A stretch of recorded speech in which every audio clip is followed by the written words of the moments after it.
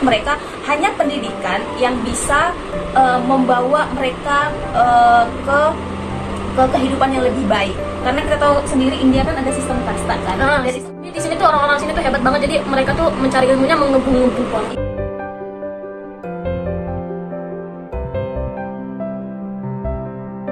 Nah, jadi kalau misalkan di Indonesia, menurut pengalaman aku pribadi nih, itu tuh agak susah untuk berkomunikasi langsung dengan dosen. Jadi misalkan habis pelajaran nih, kita masih ada yang kurang ngerti. Biasa kan kita mau penjelasan lebih lanjut, tapi itu agak susah untuk ketemu sama dosennya. Sedangkan di India ini, dosen malah yang nanya, gitu. nyamperin kita. Gimana kamu, apalagi khusus buat aku yang foreigner sendiri kan, gimana pelajaran tadi, kalau misalkan kamu ada kesusahan, difficulties to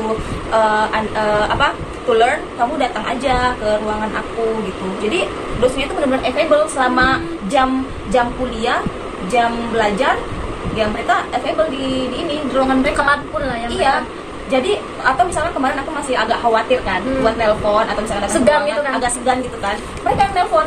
Mereka kan dosen. Iya, sering banget ditelepon. Dian, kok kamu nggak pernah datang ke ruanganku? Emang kamu ngerti mata kuliahnya gitu? Ditanyain. Ya kan jadi nggak enak. Sebenarnya nggak ngerti sih. Oh ya udah, kamu ke ruangan aku sekarang. Aku pinjemin kamu buku. Jadi tuh sebenarnya buku-bukunya masih ada. Aku dipinjemin buku sama dosen.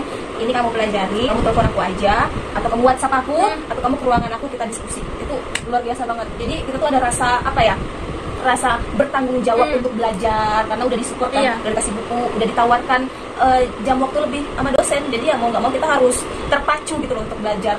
Ya, jadi nilai lebih di antara dua universitas kakak yang di Indonesia sama di India, kakak lebih comfortable yang mana? Kalau comfortable sih sebenarnya tetap Indonesia, ya kan, karena yang kita pelajarin kan hukum Indonesia, dan apa yang kita pelajari itu sebaiknya kita implementasikan lagi untuk bangsa dan negara gitu loh. Jadi kalau misalkan lebih comfortable sebenarnya di Indonesia, tetapi kalau misalkan sistem pendidikan di sini dibawa ke Indonesia, sebenarnya itu lebih baik lagi sih gitu. Jadi kakak ini berarti pas sudah selesai kakak terapin nih, Insya Allah. Kakak yang selama kakak pelajaran di India terus terapin di Indonesia. Ya, doain aku mau jadi dosen. Amin. Kakak nggak mau jadi ini jaksa atau hakim? Aku mau jadi penghasil jaksa dan hakim yang baik aja. Jadi itulah pengalaman Kadean kuliah di Indonesia sama di India. Kayak pertanyaan selanjutnya, kakak pernah nggak sih berpikiran untuk pindah jurusan? Pindah jurusan. Kalau misalkan pindah jurusan sih enggak ya. Karena kakak udah minatnya laut. Iya, emang dari SMA tuh pengennya belajar hukum.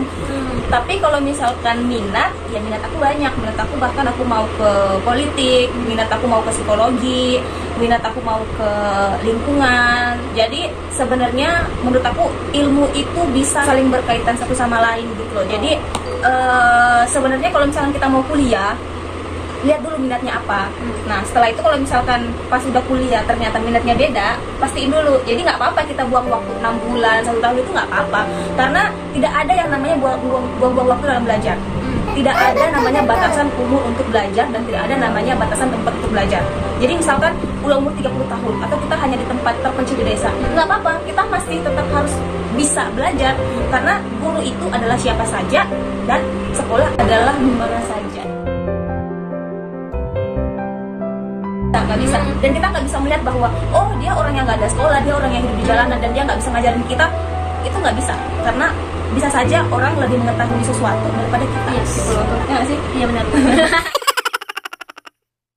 Biasa kan ada tuh di fase kakak mengalami kesulitan di India belajar laut, maksudnya sampai kakak berpikiran aku udah nggak sanggup nih buat lanjutin jurusan. Kakak pernah nggak sih ngerasa di fase itu? Jadi sampai kakak tuh mesti apa yang harus kakak lakuin gitu? Pernah banget nggak? Jadi teman-teman kalian harus tahu, pertama kali aku kesini aku tuh nggak tahu apa-apa, bener-bener itu karena aku di Indonesia belajar hukum Indonesia, tiba-tiba aku kesini belajar tentang sistem hukum yang baru yang belum pernah pelajarin, sistem hukum India, Inggris, segala macam yang nggak pernah pelajarin. Otomatis aku harus belajar dari ground, dari bawah, benar-benar dasar politik India, politik Inggris, hukum India, hukum Inggris, aku nggak tahu apa-apa. Dan pertama kali kita kesini, aku tuh nggak paham dosen tuh ngomong apa, bahasa Inggrisnya tuh ini banget, cepet banget. Iya, karena British gitu ya. Accentnya juga ada kayak British, udah British ke Indiaan lagi. Jadi kan jadi Inggris gitu ya. Inggris. Aduh, tahu nggak semester pertama aku tuh backlog ada 3. Kalau itu backlock kalau kayak di Indonesia fail. fail. Kayak aku nggak tahu apakah gimana ya.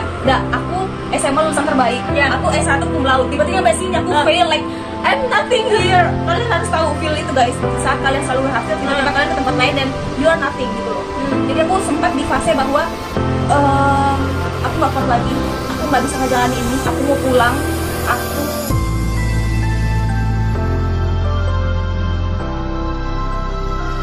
mau kerja aja aku nggak bisa karena nilai fail 3 di ijazah marksheet aku itu di aku sih kalau di Indonesia kayak di ya marksheet ya IPK itu nggak bisa diganti dan itu akan mempengaruhi nilai aku kalau mau daftar dosen nanti nggak bisa. Tahu nggak jalan satu-satunya apa? Kakak ngulang lagi. Aku harus mulai dari awal.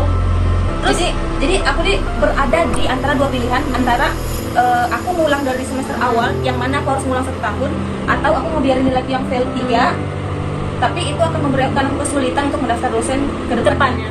Jadi apa yang kakak jalanin? Yang aku jalanin, aku lebih milih ngulang 1 tahun.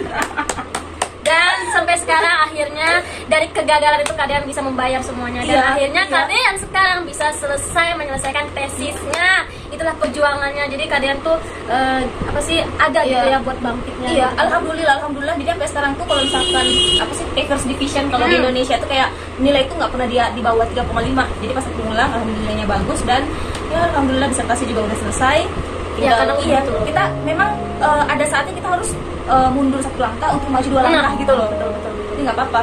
Jadi jangan takut gagal ya buat kalian yang apa sih yang merasakan di fase keadaan ini. Jadi kalian harus bangkit lagi dan buat melangkah selanjutnya. Jadi kalian ini keren. Jadi jangan sangka kalian ini nggak pernah ngerasain di fase-fase kegagalan. Jadi semua orang pasti ngerasain lah. Iya, guys. Oke, pertanyaan selanjutnya kan kakak kemarin baru menyelesaikan sidang tesis kakak tuh. Ceritain dong pengalaman kakak sama perjuangan kakak bikin tesis itu gimana? Apakah kakak sekali pengajuan kakak pernah ditolak berapa kali terus kakaknya ngedown banget gitu? Kan soalnya kan di Indonesia kan banyak tuh kasus-kasus sampai bunuh diri gara-gara penelitian gitu. Yes, gitu loh. Stres banget mungkin. Nah, gimana sih di India tuh kayak gitu juga nggak sih kak? Alhamdulillah ya kemarin tuh pada saat udah naik semester terakhir langsung ada pengumuman dibagi gitu mahasiswa sama pembimbingnya. Oh jadi kakak dibagi kakak berapa orang? Pembimbingnya cuma 1 orang. Enggak, buat 1 orang tuh berapa pembimbing? Ada 2. Oh, 2. Jadi 1 pembimbing itu 2 orang. 2 orang itu yang aku sama temen yang dari Afghanistan. Jadi benar-benar 1 orang itu menangani foreigner. Nah pertama kali pengajuan tuh dan alhamdulillah aku ngajuin judul 1 kali itu udah langsung keterima. Oh jadi langsung biasanya langsung oke aja gitu. Iya gitu. Jadi aku datang ke ruangannya bawain judul sama kan kita harus bawa beberapa kayak latar belakang dan segala macam aku bawa, dosennya baca, ya udah katanya ya udah kamu kerjain ini, udah disetujuin dan langsung mau kerjain. Jadi alhamdulillah semangat gitu kan. Karena di Indonesia kemarin aku harus bawa kayak hampir 3 kali bawa judul. Oh, ngajuin judulnya aja. Susah gitu. Maaf ya guys, ada suara tukang buah lewat. Nah, habis itu aku langsung kerjain semuanya chapter 1, 2, 3, 4, 5. Nah, seharusnya setiap chapter itu kita harus datang laporan ke dosen kan. Cuman karena waktu itu langsung lockdown, kan dari Maret ya. Maret itu lockdown. Jadi kata dosen ya udah nggak apa-apa, kamu kerjain dulu. Kalau kamu ada yang nggak ngerti, kamu silakan hubungi saya. Dan itu tuh enak banget ininya, komunikasi sama dosennya. Telepon, WhatsApp, terus lanjut nih yang pas ini kan judulnya udah keterima. Judulnya keterima. Nah terus sama revisi guys. Kalian harus tahu. Aduh kalau di Indonesia itu masa-masa revisi adalah masa-masa yang bikin stres gitu. Bikin stres karena depresi. Kita udah kerjain ini, udah sampai begadang, ini itu dan segala macam. Tapi ditolak disuruh ganti ini itu. Nah alhamdulillah pas revisi pertama lumayan banyak sih yang gitu, ini kamu harus ganti. Bahkan ada 1 bab yang aku ganti hampir setengahnya pembahasannya. Cuman dosennya itu cara penyampaiannya bagus. Cara penyampaiannya jadi bikin kitanya nggak ngedown gitu ya. Dan ada satu hal menarik yang kalian harus tahu. Di Indonesia itu kalau misalkan kita mau revisi, jadi kan kita kayak ngasih dosen ini kita penelitian kita, habis itu dosen periksa di rumahnya nanti seminggu kemudian itu pun kalau diingetin terus baru dibalikin. Dosen aku tuh nggak mau online, katanya susah.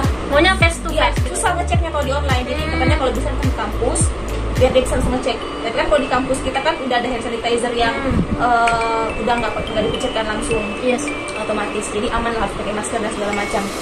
Nah tesis aku tuh 130 halaman pada saat itu. Tahu nggak? Ada nggak sekarang? Ada itu. Mana tunjukin dong kak. Ini yang pas revisi kemarin guys. Ini yang udah jadi. Keren banget lihat.